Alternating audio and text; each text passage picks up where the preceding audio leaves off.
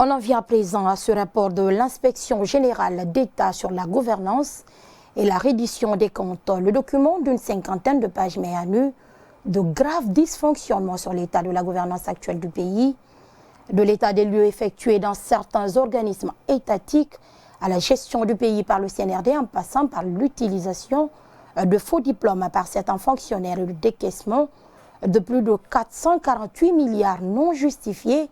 Le document fait parler depuis sa publication suivie de sa remise officielle au chef de l'État et depuis des voix s'élèvent au sein du microscope sociopolitique interpellant le colonel Mamadi Doumbouya à prendre ses responsabilités et sanctionner les auteurs. Tomo Traoré nous en dit plus.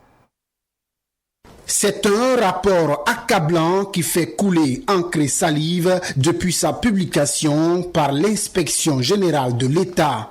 Dans l'émission Refait le monde, le vice-président de l'UFDG, visiblement intraitable, s'offre sur un plateau d'or la tête d'un des fossoyeurs de l'État. Dr Fodé Oussou Fofana, qui ne digère pas encore la question des cas de faux diplômes, va ensuite s'adresser sans langue de bois au président de la transition. Des Guinéens qui arrivent, qui jurent sur le Coran et qui amènent des faux diplômes. Il y en a parmi eux, je connais quelqu'un qui fait semblant qu'il a un diplôme au Canada, il a un diplôme en France, il est génie informaticien, il est ceci et cela. Et moi, si devais donner un conseil au colonel Doumbouya, c'est de les prendre manu militari, les amener à Kalea.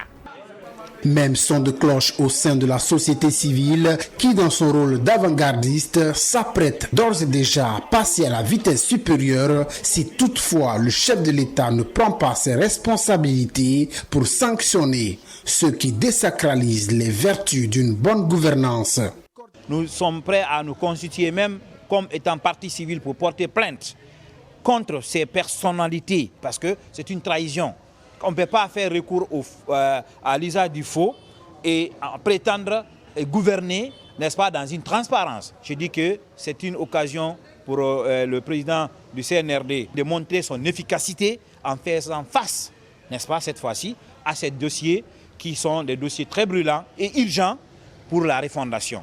Le Forum des forces sociales de Guinée s'apprête d'ailleurs à engager les jours à venir des actions fortes afin d'interpeller davantage le locataire du palais Mohamed V à se rappeler pour une fois à son discours prononcé le 5 septembre 2021, date du coup de force qu'il a porté à la magistrature suprême de l'État.